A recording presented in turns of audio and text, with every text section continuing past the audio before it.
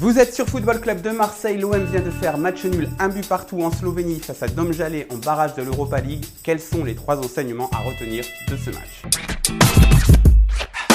Après Dijon, Ostende et Nantes, les productions Garcia vous présentent leur dernier épisode de leur série. Une seule mi-temps par match. Nous, on est interdit de jouer 90 minutes pleines. On ne joue que 45 minutes depuis le début de la saison et ça a déjà été le cas l'an dernier.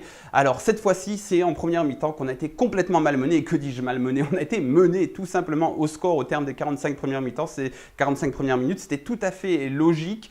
Alors on revient en seconde période, on joue beaucoup mieux avec un Sanson un peu plus haut, etc. Certains vont dire que c'est aussi dû à la baisse physique des Slovènes à cause de leur tactique, mais on y vient dans le second enseignement. Alors certes, les Slovènes ont baissé de pied physiquement en seconde période, mais en première période, ils nous ont écrasés.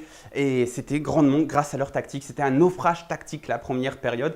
Et c'était une tactique slovène qui était largement anticipable. Tout le monde savait que Domžale jouait offensif, à part les mecs qui ne s'étaient pas du tout préparés. Personnellement, on avait parlé avec les mecs de Footballski qui nous avaient dit que Domžale jouait de cette manière-là. Et aujourd'hui, il y avait une interview dans l'équipe. L'ancien entraîneur de Domžale disait qu'il jouait de cette manière. Alors si on ne savait pas que Domžale allait jouer de cette manière-là, c'est quand même très grave du côté du staff de Rudy Garcia.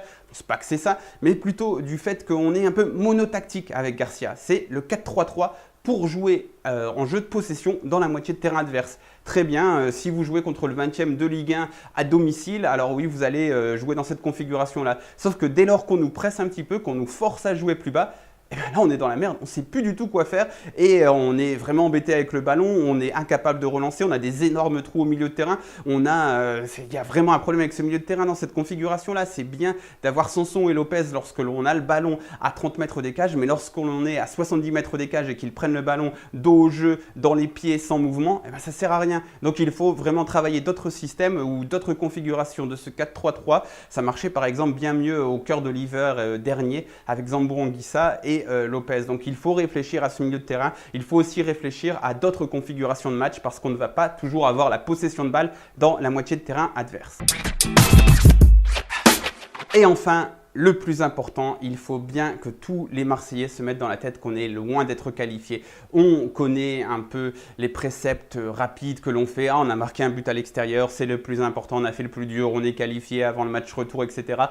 Sauf que Domžale nous a montré qu'ils avaient largement les capacités de venir nous mettre un but au Vélodrome, surtout si on joue un peu en dilettante avec notre jeu de possession stérile dans la moitié de terrain adverse, avec leur jeu de transition rapide vers l'avant. Il suffit qu'ils nous marquent un but, qu'on commence un peu à paniquer, qu'ils nous en mettent un deuxième en contre, on sera bien embêté. Bref. Match retour, on veut les titulaires, on veut une préparation adéquate et on veut surtout l'Europe en fin de match au bout des 90 prochaines minutes d'Europa League. On veut la vraie Europa League.